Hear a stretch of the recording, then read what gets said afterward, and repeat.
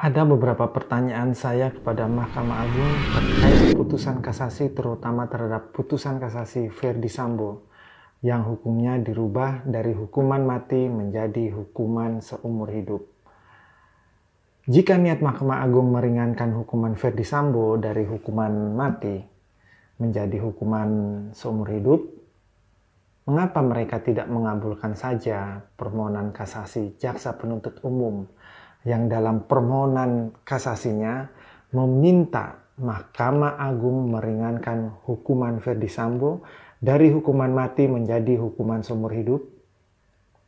Apakah mereka takut dicemooh oleh publik karena dianggap main mata dengan jaksa penuntut umum demi meringankan hukuman Ferdy Sambo?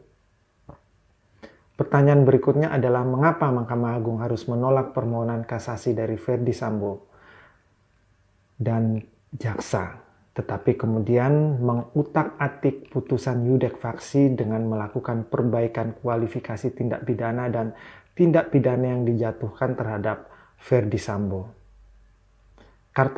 Kata perbaikan di sini maksudnya apa ya, Mahkamah Agung? Perbaikan menurut Kamus Besar Bahasa Indonesia adalah pembetulan hal yang rusak.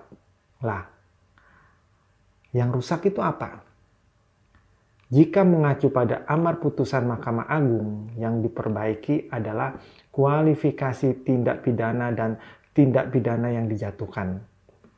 Berarti, menurut saya adalah terkait dengan putusan yudek faksi tentang penerapan pasal-pasal terhadap terdakwa sehingga divonis hukuman mati, dan jika itu benar, langkah yang harus ditempuh oleh Mahkamah Agung adalah dengan menerima kasasi dan membatalkan putusan yudek faksi dan kemudian mengadili sendiri berdasarkan pasal 30 ayat 2 Undang-Undang Nomor 14 tahun 1985 tentang Mahkamah Agung yang berbunyi salah satu alasan pembatalan putusan kasasi adalah salah menerapkan atau melanggar hukum yang berlaku.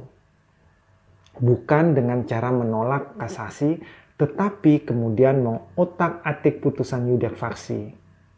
Tolong diingat ya, ketika Mahkamah Agung memutuskan untuk menolak permohonan kasasi para pihak, berarti Mahkamah Agung sebenarnya telah sependapat dengan konstruksi penerapan hukum yudek faksi yang dimuat dalam pertimbangan hukumnya.